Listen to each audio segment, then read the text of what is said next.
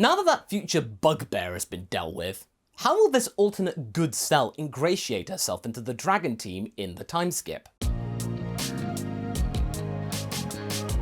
Hey folks, MasakoX here. This what if is probably one of the most difficult ones in terms of not falling into your typical tropes that you could expect to see here. If Goku were a woman instead of a man, you would think that she'd be different in terms of personality. Well, not really actually. That's the thing. Her personality is pretty much intact, fundamentally speaking, but maybe with perhaps some tactful and nuanced finesses thanks to her time spent with Bulma, because Bulma girl chums. And as you know, her teamwork qualities because of this are much better, despite the handicap of being a Saiyan.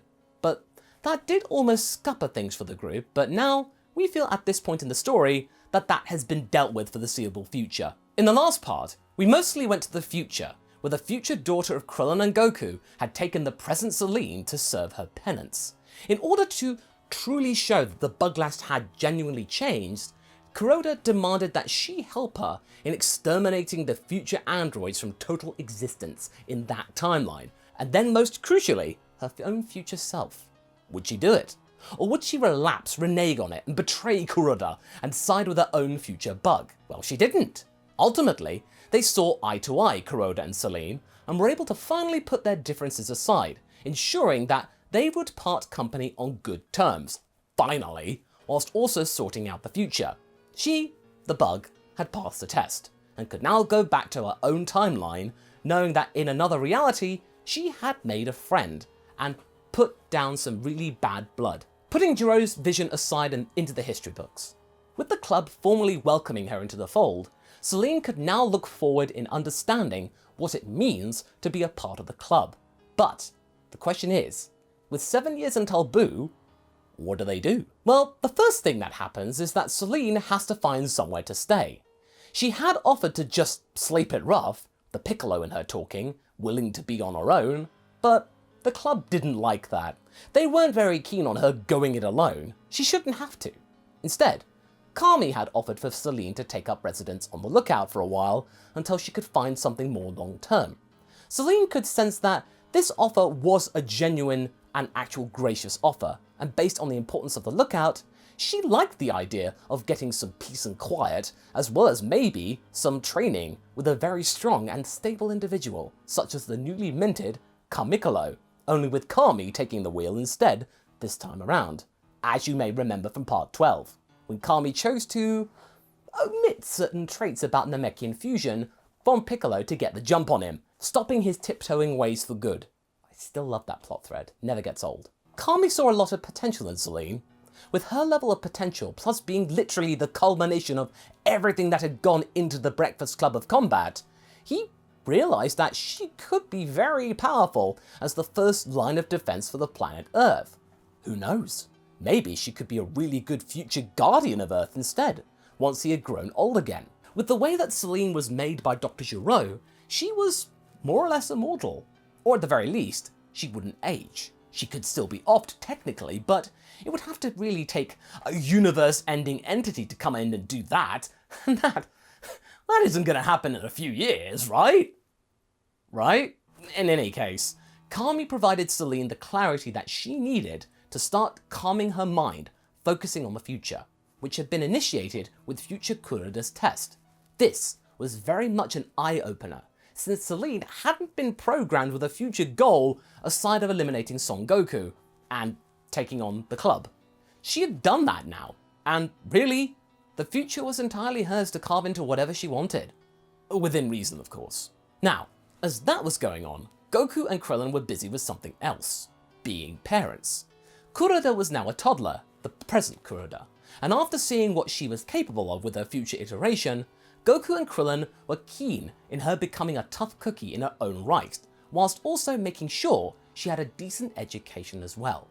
Goku, though, didn't really see the need for it really a lot, but Krillin was very much aware of the importance of the good knowledge. Goku, I know you want her to be a badass fighter, but when there's nothing going on, she's gotta learn how to function as, a human, getting a job. Goku looked put out about this, but Kuroda diffused the situation by singing the alphabet by heart, then laughing at the end of it. Huh. Her first words were the entire alphabet. How could they argue after that? Goku nodded. Okay. The weekends are totally for training. Deal? Krillin and her shook on it. As the years went by, the club met regularly to not only train and keeping their spirits up, but also just simply for social sake. It wasn't all about martial arts with the club, but the group though were keen to see how Kuroda would progress and whether she would actually end up being as prodigious as the future version was. However, Goku didn't like the constant comparisons to the future version. She's her own gal, you know. I don't want her being a clone of somebody else. If the future Kuroda ever comes back, I want her to be blown away by R1. Future me? Kuroda, now about 4 years old, looks to her mother and is very confused. Ooh, they hadn't mentioned about that before in front of her. The group now look incredibly awkward. Oh, this is going to take some explaining. Krillin face-palmed hard, lambasting Goku for her big mouth sometimes. However, instead of he or Goku having to explain the situation to little Kuroda, a more apt storyteller came about. Allow me to explain, little one, said Celine.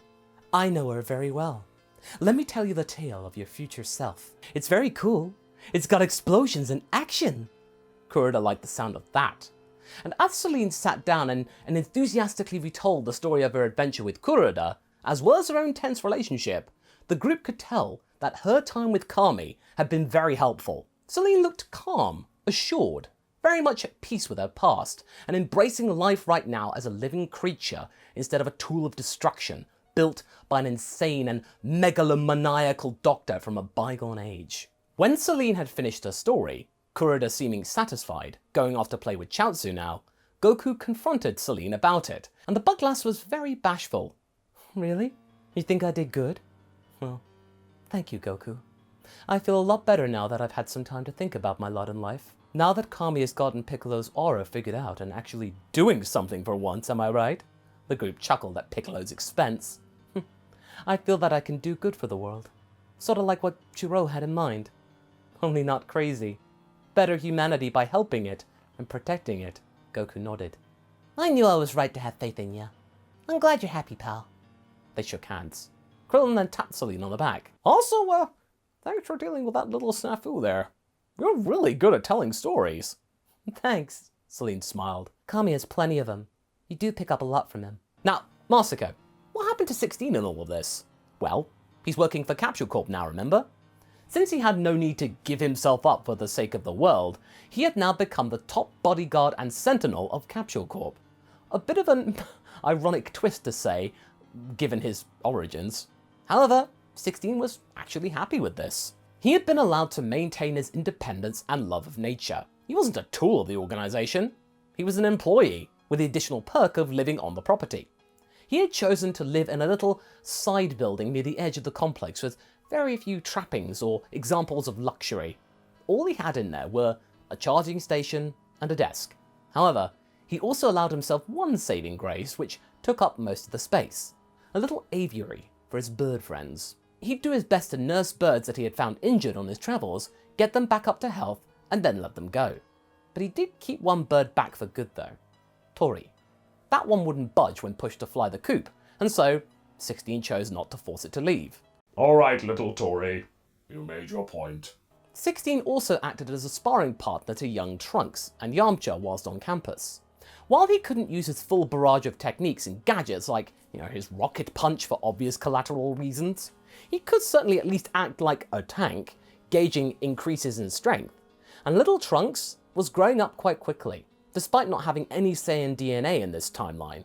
He for sure was a rising star though, giving the young Kuroda a run for her money whenever they met up for social occasions. Having 16 there was a definite boost for his confidence, and Yamcha as well was a more supporting example of a trainer instead of Vegeta, and his, let's just say, brutally honest approach to such matters. So time progresses, and we're heading to the time of the World Martial Arts Tournament rocking up.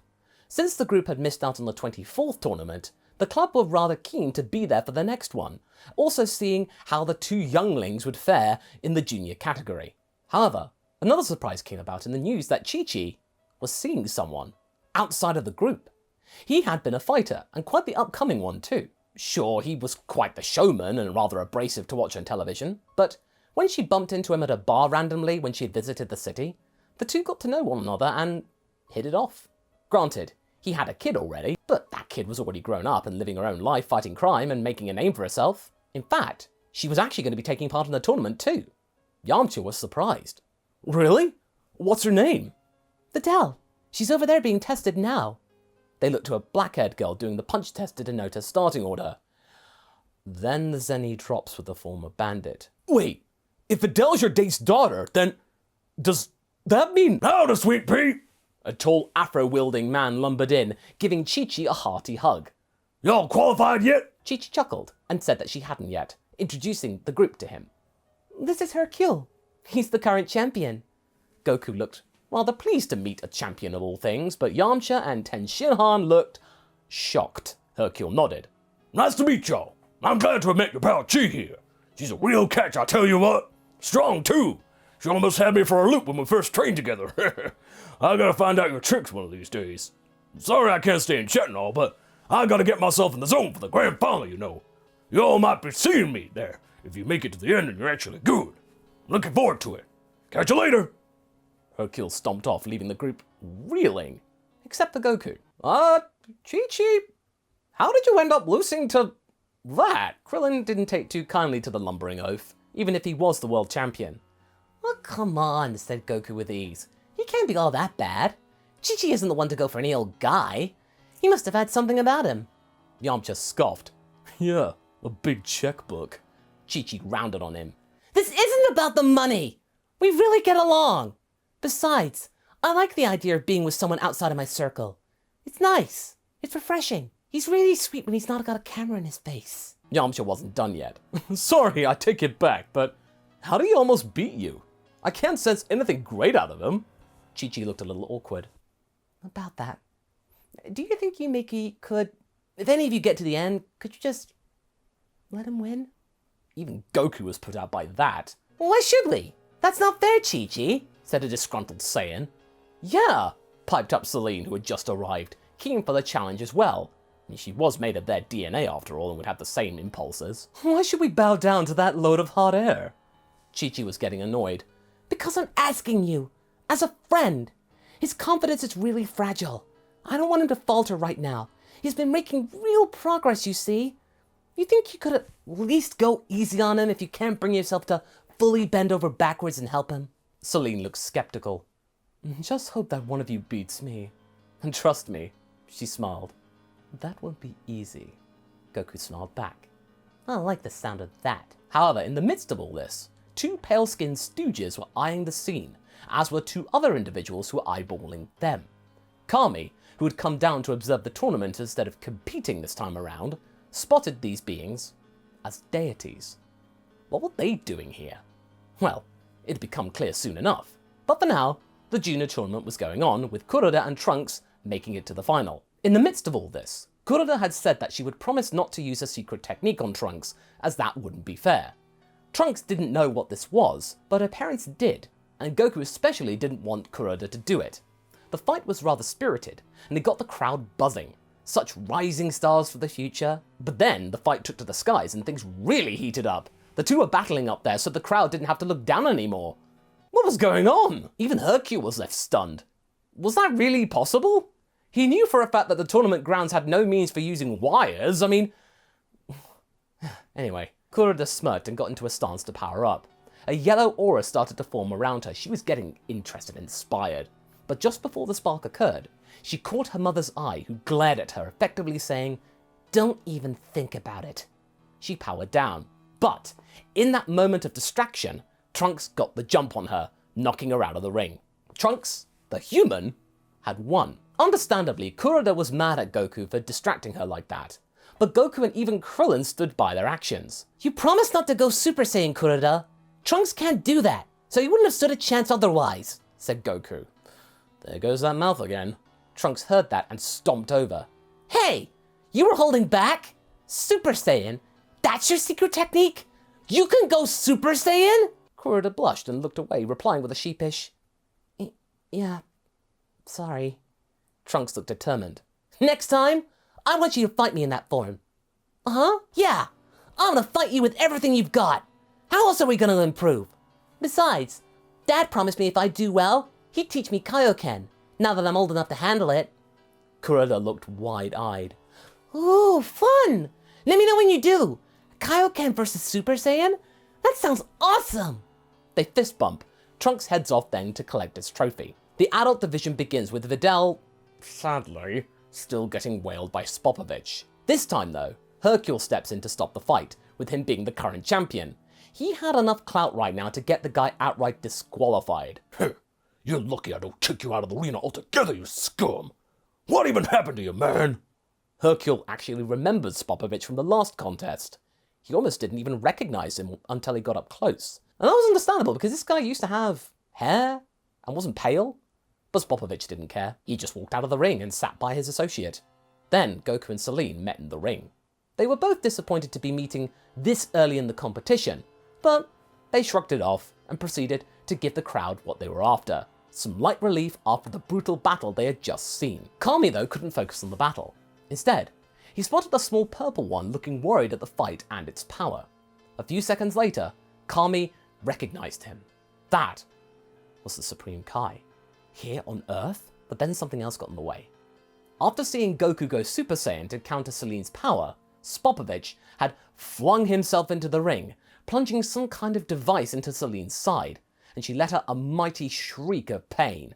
She could feel her energy being drained from her and fast. Ironic punishment, eh? After what she used to do? However, before she could be drained dry, Goku came in with a kick to the face, all of this sending the interloper scurrying away with his spoils, and in the chaos of the event, they lost sight of he and Yamu. When Selene had been given a sensu beam from Krillin, Kami chose now to call out the deities for who they were, with Shin nodding that what the Namekians said was true. I see you fused with your other half again, Kami. Was that a wise decision? Wise? Not as such. Necessary? Yes. But this isn't about me. I sense something else has brought you to Earth. Shin then told the group about those goons and that they were working for a vicious wizard who was determined to bring to life a ferocious genie of great evil, Majin Buu. Yamcha groaned. Aw man, why is that kind of demon here on Earth? Seriously, why is every single demon locked up here? No offense, Kami. Kami brushed that aside. Shin then asked the Breakfast Club to come with him, and Kibito to follow the goons to Barbady's hideout. With Bulma being charged to look after Kuroda and Trunks, the group forfeit the tournament, lucky you Hercule, and set out to discover the brutality of Barbady for themselves. And that's where we're going to be leaving things for right now. So what do you folks think? Will the crew put an end to Barbady's plan before it begins? Or will one of their own get set upon once more? Leave a comment below and let's get this discussion going. And I will see you in the next video. Catch you later!